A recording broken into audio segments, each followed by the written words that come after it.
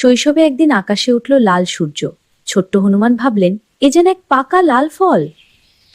তিনি লাফ দিলেন আকাশে অদম্য সাহসে, আর ছুটে চললেন সরাসরি সূর্যের দিকে। দেবতারা বিস্মিত হলেন, এ কেমন অলৌকিক শক্তি!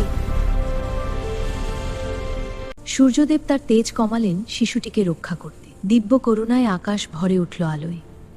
পরে জানা গেল, এ শুধু কৌতূহল নয়, এই সাহসের ভেতরে ছিল অসীম। বড় হয়ে হনুমান জ্ঞান অর্জনের সংকল্প নিলেন। তিনি সূর্যদেবকে গুরু শুরু হলো শিষ্যত্বের পবিত্র।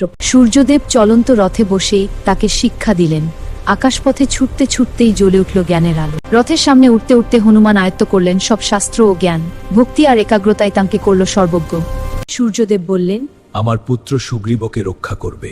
এক পবিত্র দায়িত্ব অর্পণ হলো তার হাতে। হনুমান প্রতিশ্রুতি রক্ষা করলেন, গুরুর বাণী রাখলেন হৃদয়ে, সুগ্রীবের পাশে দাঁড়িয়ে